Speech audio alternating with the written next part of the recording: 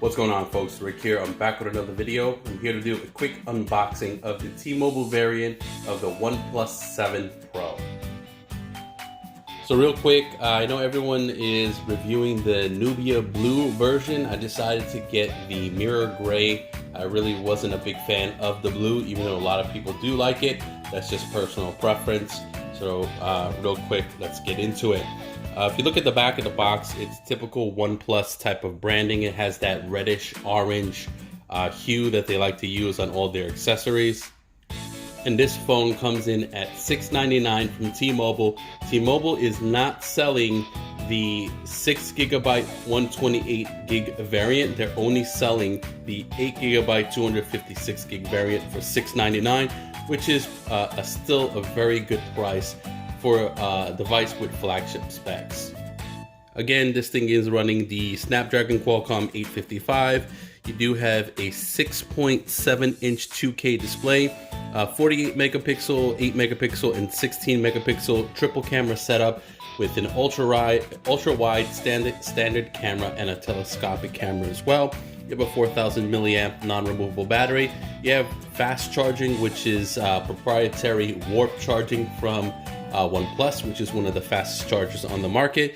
You have UFS 3.0, which is the fastest storage available right now. The only other phone that has this storage is the Galaxy Fold, which really isn't available yet. So currently this is the only phone with that USF storage 3.0. You have 8 gigabytes of RAM, and you have Oxygen OS over Android Pie. So without further ado, let's unbox this. Okay, so again, you have your standard OnePlus red orange colored branding here. Let's see what we have in the box. Okay, so you do have a gel skin case, which is very nice for a phone at this price point. I always find it odd that cheaper phones throw in the case and flagship phones that you're spending close to $1,000 for don't. But oh well. You have your books and your SIM ejection tool, your standard warranties and stickers and things of that nature.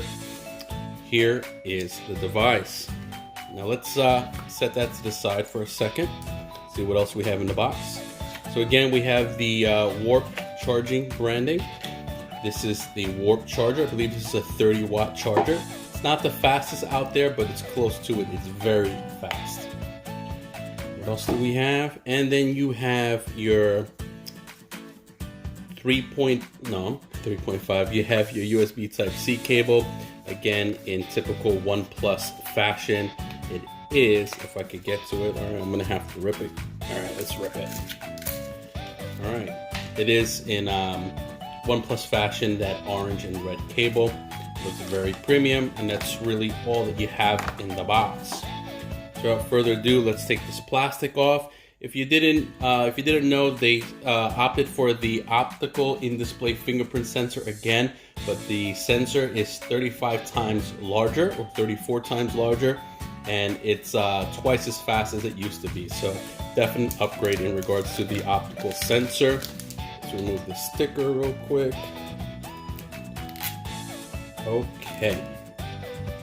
So here you go, people. So I was afraid, everyone's telling me this is a huge device, and comparing it to the Galaxy S9 Plus that I have, I don't think it's that much bigger, but it is a bigger device. So if you like one of that one-handed form factor, smaller device, this might not be the device for you. But if you're used to a Note type of device or the Galaxy S Plus variant, which seem to be a little bit bigger, this is going to be a good fit for you. Again, 2K AMOLED display. They have some company branding on what they call it. Let's do a quick hardware tour.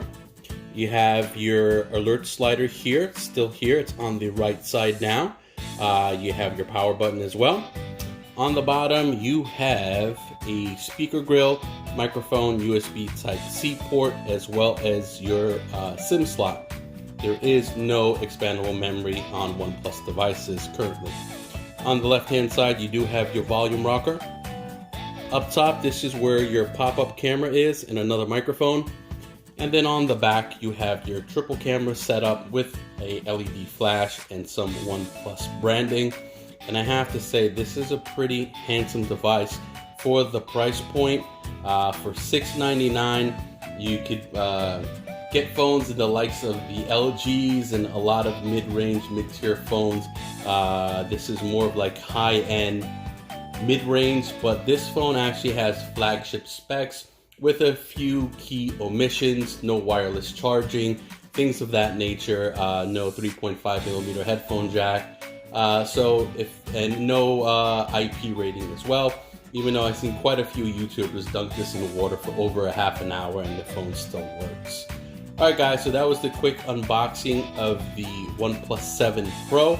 I will be doing my full review shortly, as well as some case reviews. And if you have any questions, any comments, leave in the comment section below, and I'll see you guys in the next one.